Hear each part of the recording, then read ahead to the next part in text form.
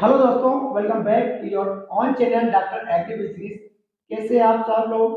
उम्मीद करता हूँ सर्दी के इस माहौल में, इस मौसम में आप लोग स्वस्थ होंगे, मस्त होंगे।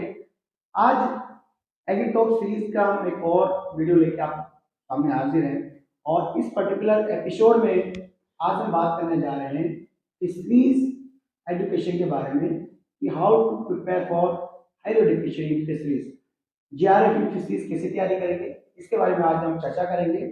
और आज के जो हमारे जो गेस्ट हैं, जो हमारे एक्सपर्ट हैं, उनसे हम आप सबसे पहले आपको मिला देते हैं। तो आज के जो हमारे एक्सपर्ट हैं वह है doctor Naresh Rajgir sir. Sir बहुत बहुत स्वागत आपको हमारे इस प्रोग्राम में।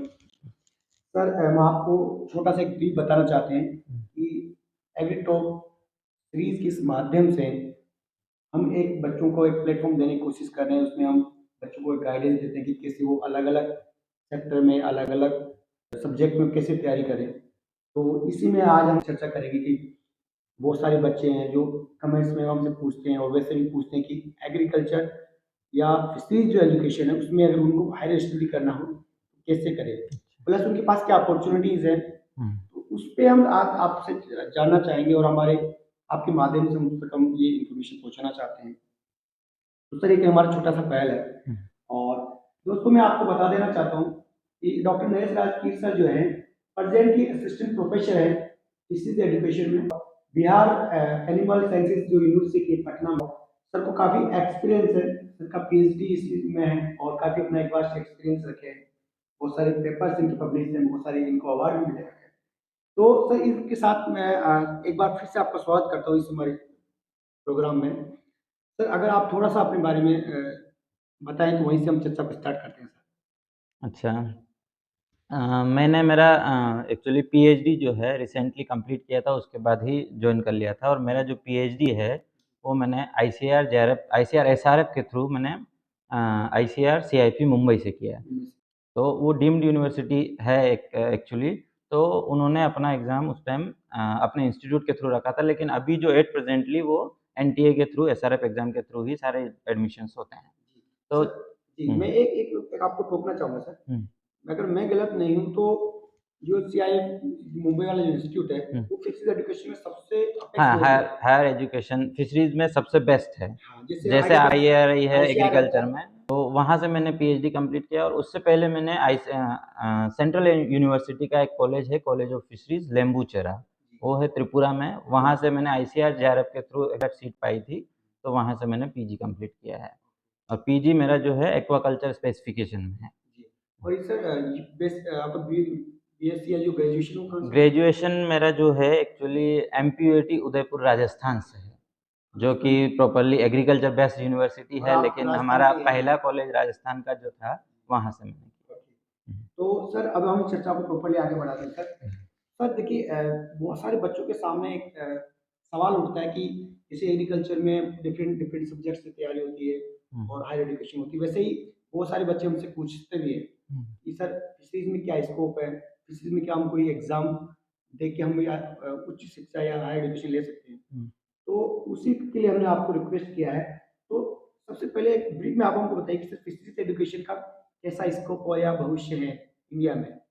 इंडिया में सर फिशरीज का ब्राइट फ्यूचर है, मैं कह सकता हूँ ब्राइट फ्यूचर। कल्चर में तो बहुत सारे कॉलेजेस हैं, फिशरीज का ऑलमोस्ट हर स्टेट में एक या सिर्फ दो या कहीं तो नहीं भी है।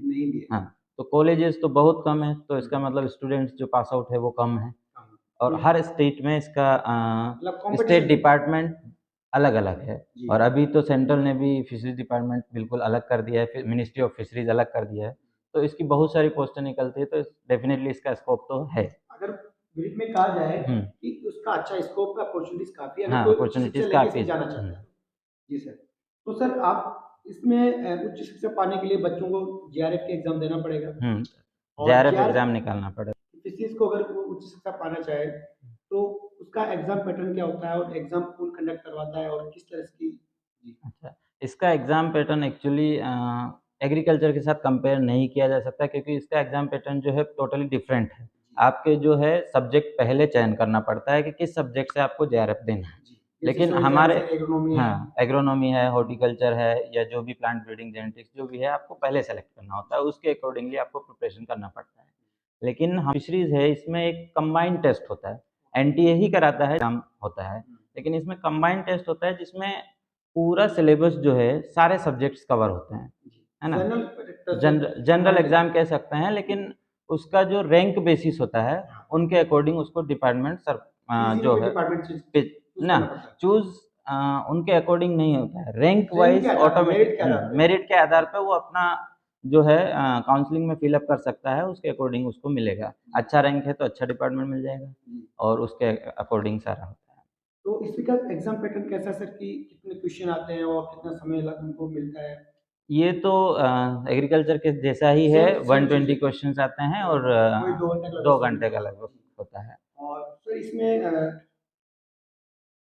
जैसे हम इसकी अगर तैयारी कोई करना चाहता है तो हुँ, कितना समय उसमें तैयारी में लगता है, या वो एक से कहें कि स्टूडेंट जब बीएससी कर रहा होता है हुँ, हुँ। तो उसके लिए वो कब से स्टार्ट कर दे तैयारी? ये चीज़ तो सर एक्चुअली हाँ। स्टूडेंट का एफिशिएंसी पे डिपेंड करता है कि वो ग्रेजुएशन में आते ही जो पढ़ रहा है, वो सारी चीज़ अच्छे से कवर कर रहा है या नहीं। फिर अगर वो नहीं कर पाया और कुछ स्टूडेंट का माइंड सेटअप होता है नहीं हम तो लास्ट ईयर में जाके कंप्लीट करेंगे, लास्ट ईयर में जाके प्रिपरेशन करेंगे और कुछ स्टूडेंट का माइंड सेटअप होता ही नहीं है, लेकिन वो लास्ट ईयर में जाते-जाते सोचते हैं कि नहीं हम भी हायर एजुकेशन में जाएँगे क्योंकि वो अपने सीनियर को देखते हैं कि देखते वो हैं और फिर अपॉर्चुनिटी दिखती है हाँ। उनको तो। हाँ, तो इसके लिए आपको एटलीस्ट लास्ट जब एग्ज़ाम से पहले 3 महीना एटलीस्ट आपको बहुत अच्छे से पढ़ाई करना है, अगर पहले अच्छे से नहीं किया तो। बाकी उसका एफिशिएंसी कैसा है, उसके अकॉर्डिंग 6 महीना भी पहले स्टार्ट कर दिया तो ठीक है नहीं, और कहने का मतलब ये है कि अगर आपने हुँ, ग्रेजुएशन अच्छे से किया है हुँ। तो आप 6 महीने में भी आप एग्ज़ाम हाँ, क्लियर कर लेंगे। हाँ, 3 महीने में भी कर लेंगे अगर जी। ग्रेजुएशन में आपने सारे कोर्सेज़ अच्छे से पढ़े क्योंकि वही सिलेबस जो है टोटल वही रहता है जो हमारा। ग्रेजुएशन लेवल का हुँ, सिलेबस हुँ, होता है, वही कंटेंट होता है। हुँ, लेकिन इसमें आपका मेहनत और आपका ग्रेजुएशन में आपने कैसे किया है, वो मायने रखता है। और आपको ये बात नहीं भूलनी चाहिए यहाँ पे कि हर स्टूडेंट का अपना एक कैपेसिटी होता है, सीटिंग पावर होता है, मतलब ग्रैबिंग पावर होता है कि वो किसको उसको कैच करता है, हुँ। तो ये वेरी करता है। अगर स्टूडेंट टू ज़्यादा स्टूडेंट वेरी हाँ, करेगा ये स्टूडेंट टू चीज़। स्टूडेंट हुँ, अच्छा स्टूडेंट तो 3 महीने करेगा, हुँ, लेकिन अगर एवरेज स्टूडेंट तो हो सकता है उसको साल भर लग जाए। हुँ, तो ये आपको अपनी कैपेसिटी के हिसाब से प्लानिंग करना होगा। हुँ, जी सर। प्री प्लान करना होगा। जी। तो सर इसमें जो है दूसरा जो मैं ये पूछ रहा हूँ कि कौन-कौन सी बुक्स जो है पढ़ें? हमारे जो अ, स्टूडेंट है वो अगर मान लो तैयारी करे तो कहाँ से स्टार्ट करें? स्टार्टिंग हमारा सर फिशरीज़ में जो स्टार्टिंग है फर्स्ट एक ही बुक है मेन बुक, हाँ। Handbook of fisheries and aquaculture जो कि आईसीएआर से ही पब्लिश हुआ है। Handbook of handbook of fisheries and fisheries aquaculture. Aquaculture. हुँ, ये बुक को आप याद रख लेना है और हुँ, उसको अच्छे से पढ़ लेना है क्योंकि हुँ। वो मेन बुक है, उस उसके अलावा उसके कोई अलावा तो आपका थॉमस का एक फिनफिश शेलफिश ब्रीडिंग है, उसमें ब्रीडिंग टेक्नोलॉजी है। बाकी फिश क्राफ्ट टेक्नोलॉजी है, फिश प्रोसेसिंग टेक्नोलॉजी है, बालाचंद्रन का है, गोपा कुमार का है और एक पैथोलॉजी का भी एक रॉबर्ट्स का एक बुक आता है फिश पैथोलॉजी। तो वो भी पैथोलॉजी का कवर करना है तो कर सकते हैं उससे और बाकी एक इम्यूनोलॉजी का बुक है, वो पीके साहू सर का है। सर जो बुक सर ने बताई है हुँ, उन बुक्स को आपको ध्यान रखना है और उसको उस हिसाब से प्लानिंग करके कैसे सर यहाँ पे ये सवाल कि स्ट्रैटेजी क्या बनाए? बुक तो आपने बता दी, हुँ। अब कैसे आपको तैयारी करें स्ट्रैटेजी बस? मतलब आपको सबसे पहले तो आपको सिलेबस अच्छे से देखना है, उसमें कितना पोर्शन किस बुक से है, जी। ठीक है? पोर्शन वाइज़ आपको टॉपिक वाइज़ आपको नोट्स प्रिपेयर करना है। पहले तो आपने नोट्स प्रिपेयर करना है पूरा जितना सिलेबस है उसका कंप्लीट नोट्स। मतलब बुक्स को अच्छे से पढ़ लो टॉपिक को हाँ, और फिर हाँ। उसका खुद के ओन नोट्स ऑन बनाओ। नोट्स आपको प्रिपेयर करना है। आप चाहें तो सिंगल लाइन नोट बना लें या जैसा भी आप कंफर्टेबल हैं जिसमें आप आप टॉपिक वाइज़ भी बना सकते हैं। जिसमें लास्ट आवर हाँ। में आप उसको रिवाइज़ कर सकें। हाँ, उसको आप कितना जल्दी रिवाइज़ कर पाएँ एग्ज़ाम से जस्ट पहले, है तो ना? उसके लिए आपको तो नोट्स बनाना हुँ, ज़रूरी है। हुँ, और सर और क्या जैसे कुछ टफ टॉपिक होते हैं बच्चों को हुँ, या सर सबका अपना वीकनेस होता है, स्ट्रेंथ पॉइंट होता है। तो उसमें क्या कुछ बच्चों को कुछ पर्टिकुलर सब्जेक्ट या पर्टिकुलर टॉपिक जो है समझ में नहीं आया। हुँ। तो उसके लिए किस तरह की स्ट्रैटेजी बनाएँ कि भई मतलब उसके लिए जैसे बहुत टफ उसको लगता है कि उसने पहले बहुत कवर नहीं किया है। जैसे एक छोटा-सा टॉपिक है जो याद नहीं हो रहा है, उसको समझ नहीं आ रहा है। जी। तो सबसे पहले तो मेरा मानना है आप जेआरएफ की तैयारी कर रहे हैं, उसमें मल्टीपल चॉइसेस क्वेश्चन आते हैं। तो आपको उसमें से देखना है, जैसे छोटा टॉपिक है तो आपको देखना है कि क्या क्वेश्चन्स बन सकते हैं उससे। सिर्फ आप टॉपिक नहीं भी समझे उसको, लेकिन उसमें आप क्या क्वेश्चंस मल्टीपल चॉइसेस या वन लाइन क्वेश्चन क्या है, क्या इंपॉर्टेंट वो आप क्वेश्चन बनाइए। है, वो आप बनाइए, आप लिख लीजिए उसको और अच्छे से याद कर लीजिए। जी, ये अच्छी बात बताई डॉक्टर साहब ने कि वन सब्जेक्टिव तो ऑब्जेक्टिव क्वेश्चन रहता है आपके, सब्जेक्टिव तो रहता नहीं। ऑब्जेक्टिव क्वेश्चन है तो आप जब पढ़ाई करो तभी देखो कि ये इसमें क्वेश्चन बन रहा है और उसी पे नोट्स बना लीजिए। दूसरा, अगर कोई टफ टॉपिक आता है तो उसमें ऐसे भी कर सकते हैं कि उसको आप बहुत ही शॉर्ट में, जैसे उसका एक उसको डिवाइड कर लीजिए with the help of your senior, with the help of your teacher, या गूगल मदद से या यूट्यूब की मदद से आप उसको अच्छे से समय देके क्लियर करें। तो एक बार जब उसको अच्छे समय देके करेंगे तो दूसरी बार में आपको वो जल्दी क्लियर हो जाएगा। लेकिन छोड़ना कुछ नहीं है, पूरे सिलेबस को कवर करना है, ये डॉक्टर साहब का मानना है। तो सर इसके अलावा बच्चा एडमिशन लेता है, हम्म उसका हो गया, हम्म उसको किस तरह का बेनिफिट मिलता है, उसको सबसे बड़ा फायदा क्या है, रोल क्या है इस जेआरएफ एग्जाम का? फायदा, अगर उसने अच्छे से पढ़ाई की, तैयारी की और उसका सिलेक्शन हो जाता है, वो क्वालिफाई हो जाता है जेआरएफ, तो उसको अच्छी खासी फेलोशिप मिलती है। उससे आप सोच सकते हैं कि फैमिली डिपेंडेंट तो रहना ही नहीं है उसको, और वो अच्छे से वहाँ पे पढ़ाई कर पाएगा और जो भी टेंशन फ्री नेसेसरी पढ़ाई। चीज़ें, टेंशन फ्री पढ़ाई कर पाएगा और जो उसका नेसेसरी है वो अपना कंप्लीट कर पाएगा। और जो नॉन जेआरएफ, इवन जिसका जेआरएफ सीट नहीं चूक लगता गया, है, जेआरएफ आने से चूक भी हाँ, गया है, जेआरएफ आने से चूक भी गया है, तो उसको भी आईसीआर अपना इंस्टीट्यूशनल फेलोशिप या आईसीआर का फेलोशिप मिलता है, जो 7,500 के करीब होता है। तो वो भी फ़ायदा ही है। इसके अलावा और देखिए, अगर आप चाहते हैं कि आपको उच्च शिक्षा पाना है बिना टेंशन के, बिना हेडेक के, बिना परिवार को बर्डन दिए हुए, और आप एकदम रिलैक्स होके, तो आप फेलोशिप के साथ पढ़ाई करिए। और फेलोशिप का एक फायदा ये भी हो रहा है कि एक रेपुटेड इंस्टीट्यूट से पढ़ने का मौका हाँ, मिलेगा। आपको अगर अच्छी रैंक लग रही है तो रेप्यूटेड ब्रांड नेम मिलेगा आपको, और जहाँ पे भी आप जाएँगे, इंटरव्यू में जाएँगे, तो आप उसका जेआरएफ नाम चलता है। जेआरएफ सीट दिखाएँगे और इंस्टीट्यूट का नाम दिखाएँगे, तो आपको बहुत आपका बेनिफिट रेपुटेड। मिलेगा, रेपुट हुँ। जी सर।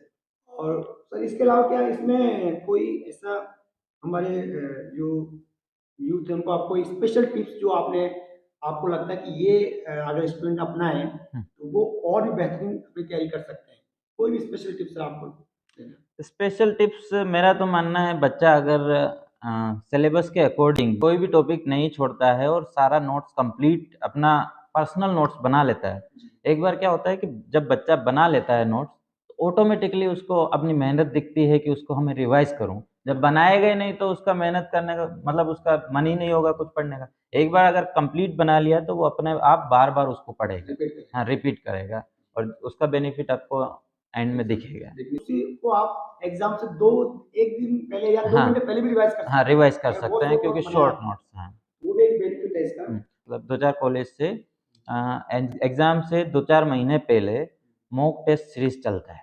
जी। तो उसमें मैक्सिमम बच्चों को मेरा मानना है कि पार्टिसिपेट करना चाहिए।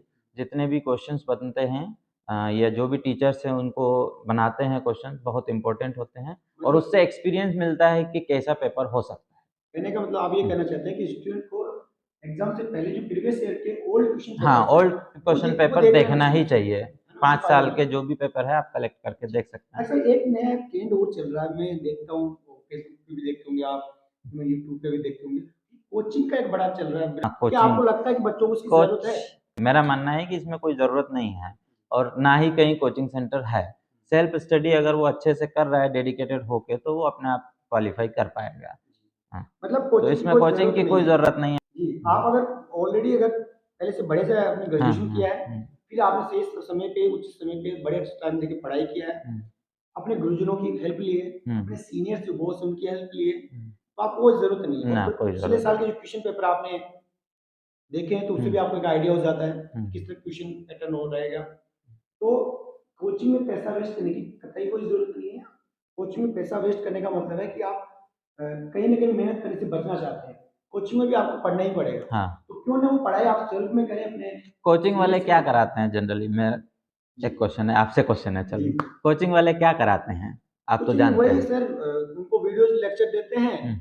और बाद में कुछ क्वेश्चन वही बुक से पेपर देके पढ़ाएँगे जिस वही। बुक से वो बच्चा बिल्कुल, पढ़ेगा, बिल्कुल, बिल्कुल। है ना? वो 4 साल पढ़ा है उस बुक को, पास किया है 4 साल ग्रेजुएशन, बस उसको उसको नोट्स बना लेगा और पढ़ लेगा तो ऑटोमेटिक हो जाएगा। कोचिंग वाले भी यही करते हैं, शॉर्ट कोचिंग वाले नोट भी यही प्रोवाइड करते हैं करते कि हैं। कंटिन्यू बेसिस पे हुँ, आपको पढ़ाते हैं। हुँ, तो कंटिन्यू बेसिस आप खुद पढ़ लीजिए, खुद पढ़ अपनी लीजिए तो सीनियर हो के पास चले जाएगा। जाइए। हुँ, दूसरा कि कोचिंग वाले करते हैं आप टेस्ट लेते हैं, हुँ, तो टेस्ट तो आप खुद भी दे सकते हैं, मॉक टेस्ट आप अपने पुराने जो प्रीवियस ईयर के क्वेश्चन है उसको सोल्व करिए, वो भी आपका टेस्ट हो जाएगा। तो ये डॉक्टर साहब बहुत अच्छी नॉलेज जानकारी आप हमारे स्टूडेंट्स को दिए हैं, और मुझे उम्मीद है ये आपको बहुत बेनिफिशियल होगी, आपको वैल्यूएबल इन्फॉर्मेशन मिली होगी। और डॉक्टर साहब हम बहुत बहुत आभारी हैं आपके, आप हमसे जुड़े और आगे भी आपकी सेवा लेते रहेंगे। तो दोस्तों देखते रहिए डॉक्टर एग्री डिग्री, तैयारी करिए, बढ़िया से पढ़िए, अपना करियर बनाइए और ग्रो करिए, लोगों की मदद करिए। Thank you.